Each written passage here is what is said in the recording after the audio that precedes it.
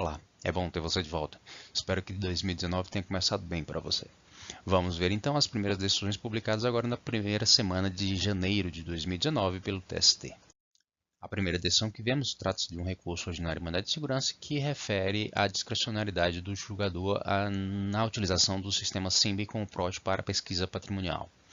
Trata-se do recurso ordinário em mandado de segurança 595, dígito 16/2017, cuja emenda está no seguinte teor.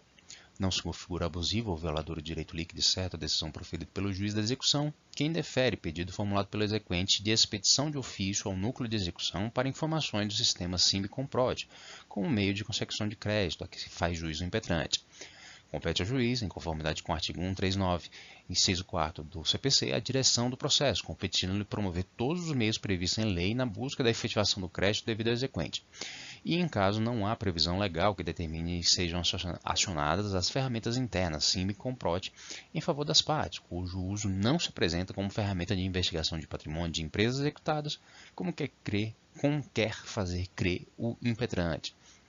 Algumas observações, então.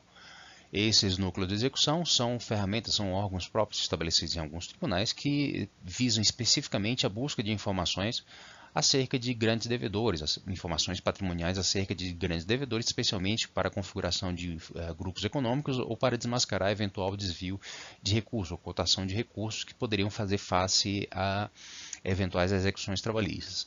Dentre as ferramentas disponíveis a esses núcleos de execução se encontram o SIMB, que é o Sistema de Movimentações Bancárias, vinculado ao Banco Central, e o COMPROT, que é vinculado à Receita Federal. Esses dois instrumentos, efetivamente, dispõem de informações que poderiam indicar eventual patrimônio oculto, relações patrimoniais disfarçadas, simuladas, que habilitariam, então, a satisfação de crédito em reclamação individual. Entretanto, a compreensão que se extraiu nesse caso, e eventualmente venha a ser objeto de novas discussões, indica que o juiz não é obrigado a expedir os ofícios para a consulta ao SIMB ou COMPROT. Esses sistemas são utilizados especialmente nessa busca mais centralizada, ou seja, quando se observam grandes devedores com grande número de processos. O que essa decisão parece indicar é que não se trata de um direito, por assim dizer, um direito subjetivo da parte de requerer ao juízo essa providência. É certo, então, que caso haja necessidade de formular esses pedidos, a parte deve demonstrar cabalmente ou mais precisamente possível que já esgotou todas as possibilidades de pesquisa individual ou a pesquisa privada, pesquisa acerca do patrimônio da parte, especialmente quanto à relação a patrimônio ocultado. Esse segundo caso, um pouco mais rápido, o recurso ordinário em mandado de segurança acerca da possibilidade de deferimento de tutela provisória para a liberação de valores depositados em conta de FGTS.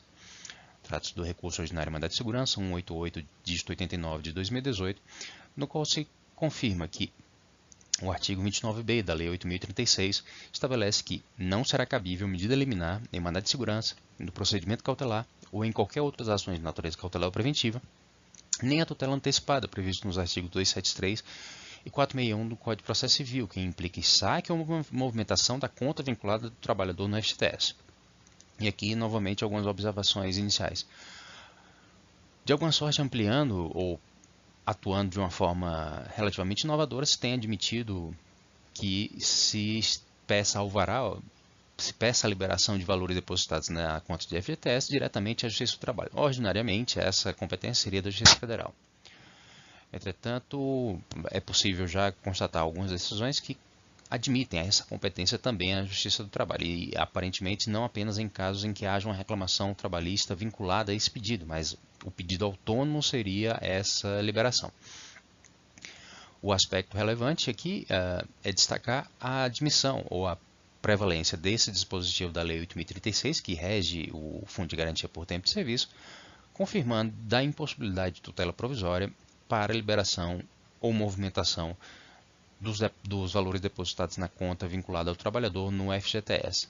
É bom observar que a lei, especialmente por se tratar de lei anterior ao CPC de 2015, remete ainda a disposições ou a expressões do Código processo civil de 73, como, por exemplo, a medida liminar, tutela antecipada ou mesmo os dispositivos, que nesse caso se referem ao CPC de 73. O próximo julgado que vemos é um recurso ordinário em mandado de segurança que trata ou confirma o entendimento que vem prevalecendo no TST, no sentido de que, especialmente as modificações de ordem processual advindas da Lei 13.467, a reforma trabalhista, somente terão aplicação para as ações ajuizadas após o início da sua vigência. Trata-se do recurso ordinário em mandado de segurança 10.960-96 de 2017. A ementa traz o artigo 840, parágrafo 1º da CLT, com a redação dada pela Lei 13.467, exige que os pedidos deduzidos na petição inicial da reclamação trabalhista sejam certos, determinados e com indicação dos respectivos valores. E caso a parte não cumpra esse requisito, o feito será extinto sem resolução de mérito, consoante determina o artigo 840, parágrafo 3º da CLT. Ocorre que a reclamação trabalhista, de onde emanou o ato coator, foi protocolada em 10 de novembro de 2017, antes da vigência da Lei 13.467. Nesse cenário, a alteração legislativa não alcança situações consolidadas, sob pena de afrontar os princípios básicos do direito intertemporal previsto no artigo 536 da Constituição e 6º da Lei de Introdução das Normas do Direito Brasileiro.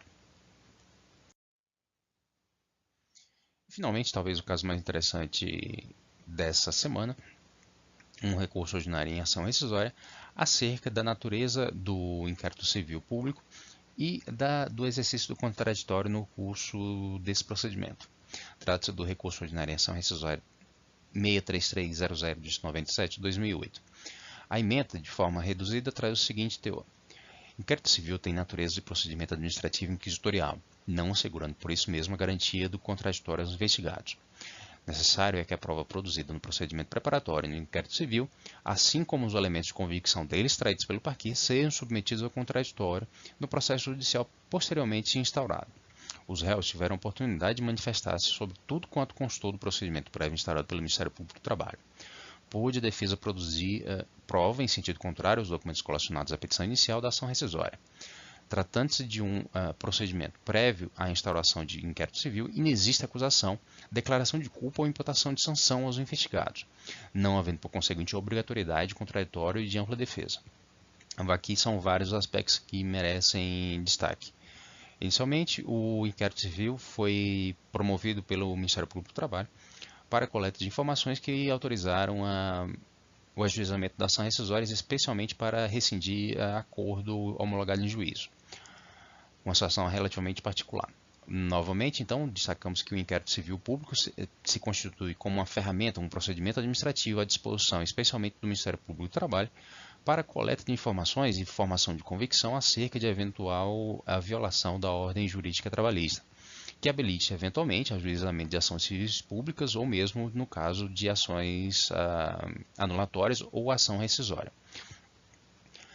O que se confirma nesse julgado, então, é a natureza de procedimento administrativo inquisitorial. Quando se refere a procedimento administrativo inquisitorial, se determina que esse tipo de procedimento se destina essencialmente à coleta de informações, ou seja, não é um procedimento, como habitualmente se vê, que mereça ou que demande o contraditório, ou seja, a participação ativa da parte que é objeto da investigação.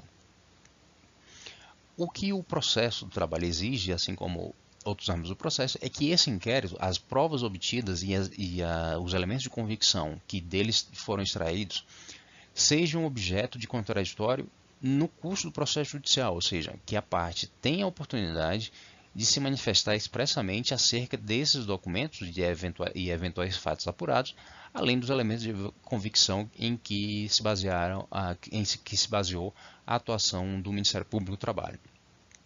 Seria um caso, por assim dizer, do contraditório deferido. Propriamente seria uma extrapolação dessa noção, porque propriamente não se exigiria que no curso do inquérito houvesse a participação. É sempre interessante que a parte seja chamada para poder se manifestar, ter conhecimento e eventualmente prestar explicações que sanem eventuais dúvidas e previnam a eventual necessidade de ajuizamento de medida judicial, especialmente, por exemplo, com a firma de termo de ajustamento de conduta. Entretanto, o simples fato de que a parte que veio a ser chamada no processo não tenha participado, nem tenha se manifestado no inquérito civil, isso não acarreta nulidade nem do procedimento administrativo, nem do processo judicial, tampouco da decisão que nele seja extraída. Então, como aqui se destaca, a defesa pôde produzir prova em sentido contrário, como se seria exigido. E assim, essa atuação do Ministério Público e eventual decisão que venha a ser extraída a partir da atuação do Ministério Público do Trabalho não se caracteriza como ilegal ou arbitrária ou de outra forma justifique a anulação de processo. Exatamente porque no inquérito civil público promovido pelo MPT, não há essa obrigatoriedade de contraditório e ampla defesa que se realizarão no caso de eventual ajuizamento de medida judicial.